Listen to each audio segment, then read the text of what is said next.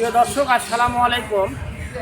আমি আজকে এসেছি বগুড়া জেলার শেরপুর উপজেলায় খেরুয়া মসজিদে। আমার পিছনে যে মসজিদটি দেখতে পাচ্ছেন এটা হচ্ছে খেরুয়া মসজিদ। এটা একটা দর্শনীয় স্থান এবং ঐতিহাসিক স্থান। প্রতিদিন বিভিন্ন জেলা থেকে, সারা বাংলাদেশের বিভিন্ন এলাকা থেকে এই মসজিদটি দেখার জন্য অনেক লোকজন ভিড় করে। আর এই মসজিদটি কেউ বলে 400 বছর আগের, কেউ বলে 500 বছর আগের। তবে আমরা জানতে পেরেছি এলাকাবাসীর মাধ্যমে যে 1582 সালে নির্মাণ করা হয়েছে। তো আমি আজ থেকে 500 বছর আগের এই মসজিদ আজকে আপনাদের ভিডিও করে দেখানোর জন্য এখানে এসেছি। কী কী আছে এবং এই মসজিদটি দেখতে কেমন সব কিছু আজকে আমি আপনাদের জানাবো। তার আগে সর্বপ্রথমে আমি একটা যে কবর আপনারা দেখতে পাচ্ছেন, এই কবর সম্পর্কে আমি আপনাদের বলি। এটা আজ থেকে 500 বছর আগের কবর। এলাকার বাসী কেউ বলতে পারে না আসলে এই কবরটা কার, এখানে মানে কে শুয়ে রয়েছে। তবে সবারই ধারণা এই নির্মাণ হওয়ার আগের এই কবর। তো আপনি এখন আপনাদের দেখাবো। 1582 সালে জহর আলী বাকশালের পুত্র মির্জা মুরাদ খান বাকশাল খেরুয়া মসজিদটি নির্মাণ করেন। তবে মসজিদের নামকরণ নিয়ে সঠিক কোনো ইতিহাস জানা যায়নি। প্রায় 500 বছর আগের এই পুরনো মসজিদ। আর সুলতানি মোগল আমলে এই মসজিদটি নির্মাণ করা হয়েছে। এই মসজিদের দেওয়াল চওড়া এবং মিনারের ভেতরে আজও টিকে রয়েছে চুন ব্যবহারের রং। এবং এই মসজিদটির 1.81 মিটার চওড়া লাল ইটের দেওয়াল দিয়ে নির্মাণ করা হয়েছে। উপরে 3টি গম্বুজ দেখা যাচ্ছে, দেখেন উপরে 3টি গম্বুজ দ্বারা এই মসজিদ নির্মাণ করা হয়েছে। আর এই মসজিদের যে পুরো এলাকা চারিদিকে চতুর্দিকে দেখা যাচ্ছে আমের গাছ, নারিকেল গাছ, কীভাবে সুন্দর করে দেখেন চারিদিকে আম এবং নারিকেল গাছই বেশি দেখা যাচ্ছে। চারিদিকে বাউন্ডারি সহ এই মসজিদের এরিয়া হচ্ছে 59 শতক। 59 শতক এই মসজিদের এরিয়া। বহু পুরাতন, দেখেন এই দেখেই বোঝা যাচ্ছে এটা সেই ব্রিটিশ আমলে নির্মাণ করা হয়েছে এই খেরুয়া মসজিদ। আর এই মসজিদের দৈর্ঘ্য হচ্ছে 17.27 মিটার এবং প্রস্থ হচ্ছে 7.42 মিটার।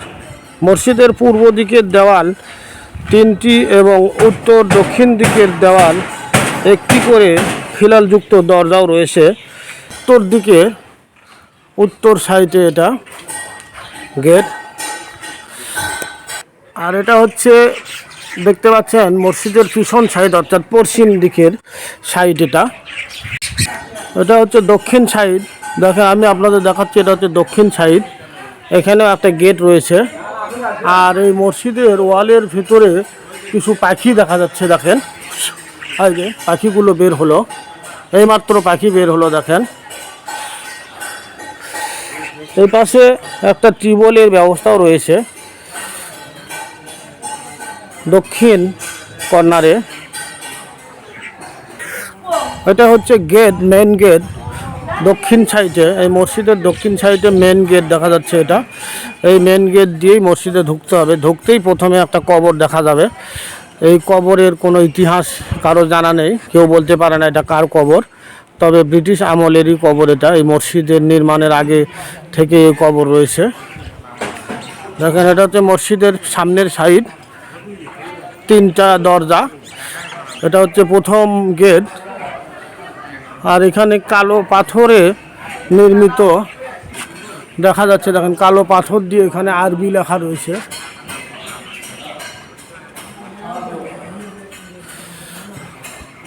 এটা হচ্ছে মসজিদের 2য় নাম্বার গেট। এটা মাঝখানের গেট। এরপরে আর একটা গেট আমি আপনাদের দেখাচ্ছি, দেখেন এটা হচ্ছে 3য় নাম্বার গেট। মসজিদের সামনের অংশ। উপরে দেখতে পাচ্ছেন 3টা গম্বুজ, এই মসজিদের 3টি গম্বুজ দ্বারা নির্মিত। আমি এখন বর্তমানে এই মসজিদের ভিতরে প্রবেশ করেছি। দেখেন ভেতরে আমি আপনাদের একটু দেখাই। এটা বহু পুরাতন এবং অনেক আগেকার মসজিদ। এই মসজিদের ভিতরে ওয়াল দেখেই বোঝা যাচ্ছে। তবে মসজিদের ভিতরে বর্তমানে কাজ চলছে, মসজিদটি সংস্কার করা হচ্ছে বিভিন্নভাবে। দেখেন, আর এখানে ভেতরে খুবই অল্প জায়গা, খুব বড় একটা জায়গা না, খুব হলে 3 সারি এখানে হবে, নামাজ পড়া যাবে। এটাই মসজিদের ভেতরে অংশ। দেখেন কাজ চলতেছে, আর এখানে ইমাম সাহেব পড়ায়। দেখেন এটাই মাঝখানে, মসজিদের মাঝখানে।